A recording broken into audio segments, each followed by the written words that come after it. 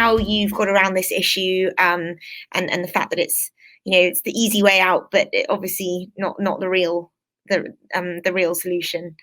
The discussion about net zero cannot be complete without mentioning offsetting. So it is clear that when a company starts reducing the carbon emissions following the science, at some point there will be some emissions that will be unavoidable.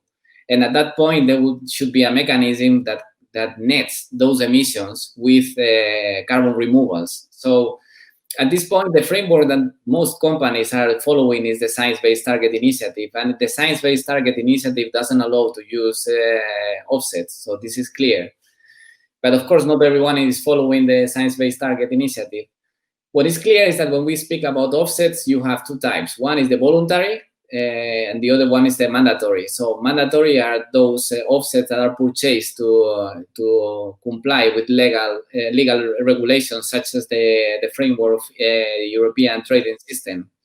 So, but when we talk about offsets, usually we refer to those that are voluntary and that they are purchased at the discretion of the company. So basically, there are different challenges when we talk about offsets. First of all, is the credibility, the additionality of the offset. So investing in this offset really removes emissions from the atmosphere. So the other one is about the permanence. So there is a lot of discussions about offsets that are based on reforestation. What will happen if that CO2 that is absorbed by those trees, what will happen if there is a fire, like the ones we've seen in Australia or in California these days?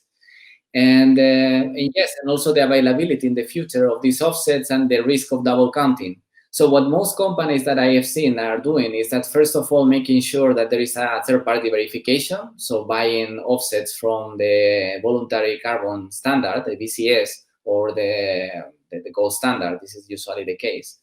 Second is that whenever you use it or not use it, at least you should be transparently communicating this and giving all the details. So if you're doing offsetting, which project you are investing and where.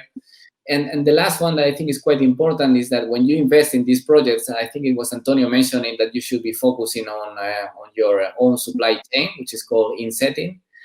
And also looking not only for carbon emissions, but also to empower local communities around your operations and helping with other SDGs. I think this is quite critical in the offsetting. And for sure, there is a lack of standards on how this type of instruments can contribute to the science.